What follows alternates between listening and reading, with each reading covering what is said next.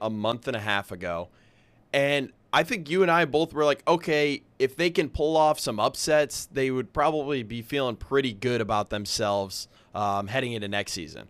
What they have done over these last 6 or 7 games has just shocked probably everybody. Unbelievable. Did you see this Yeah. coming? Because I certainly didn't. No, I did not. And I think that's actually what I'm talking about tonight in our sportscast is Joni said, be honest, who counted us out? And if anything, I feel like I bear some of that responsibility for not having confidence in this group to dig themselves out of that hole. A 1-8 start to SEC play, and then they rattle off 5 straight wins heading into the SEC tournament. Not to mention taking down their third-ranked opponent of the season against Ole Miss. So now you kind of look at what this road to the NCAA tournament looks like, which 6 weeks ago we had no concept of even thinking that Texas A&M Yeah. women's basketball was going to be in this position. So now they have a road playing Auburn tonight at 6, which is the 15th seed. They should win that one. And then you got a rematch with Ole Miss, who they just beat. So if you can beat the Ole Miss Rebels, I think this might be a tournament team, which is unbelievable to say that in the month of March, when back in the beginning of February, this did not look like a tournament team at all.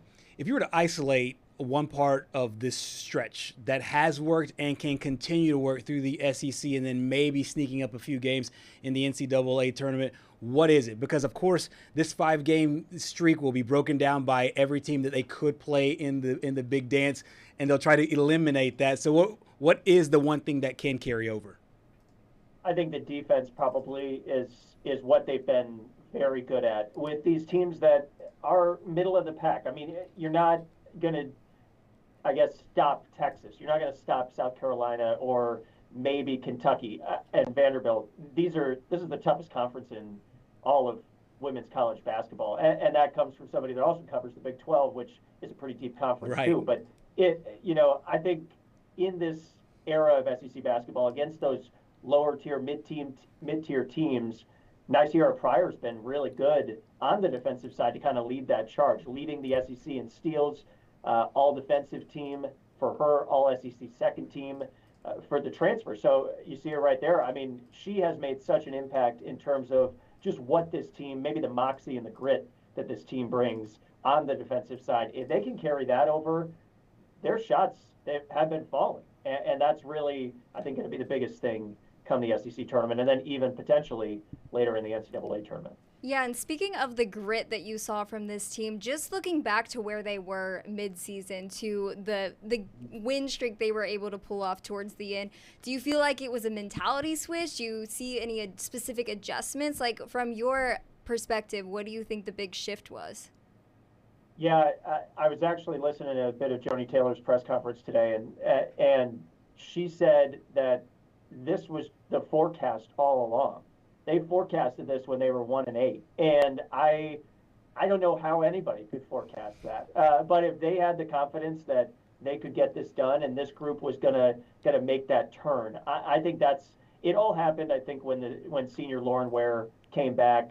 She's the big post for Texas A&M, and to have maybe a little bit more size against these SEC teams has really helped make the change. But her leadership has just been through the roof. When she came back, it took her a little bit to get back in the swing of things, and since then, I mean, this Aggies team has been rolling. No question about it. Coach Taylor pulling all the right levers as we end off the regular season. Here she was. I think it's easier because we weren't hearing it 3 weeks ago, 4 weeks ago. And so I think part of it is just continue to trust the circle that we had, when we were going through the storm. And so it's when you forecast some things and they come true, it just helps out in a lot of situations, whether we're talking the wins we've had or just people or things. And so I think they have a really good understanding of what got us here, and to continue to do that, to put us in the best position possible to continue to have some of the success we've had. We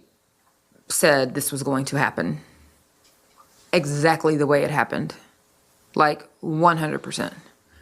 And I said this post-media a couple weeks ago, when we as adults don't get the outcome we want, sometimes we don't respond the right way. And for us to stand up in the locker room and predict what was going to happen and they believe it, and then everything hits the fan and they still show up every single day, and to now see the fruits of their labor, I'm excited for them because it just shows how God works. It shows how strong their faith has been, and adversity is going to come again, not only in this conference, but just in life. And so what a great thing for them to go pull back on. Like, we're talking basketball, but we're not talking basketball, right? These are life lessons. And so what a great story for them to always be able to pull out of their tank to say, I know what it's like to go through something really, really hard, continue to have faith, continue to trust, continue to pray, continue to believe in the people who believe in me, and see the outcome on the other side of it. I think it's tremendous, absolutely tremendous.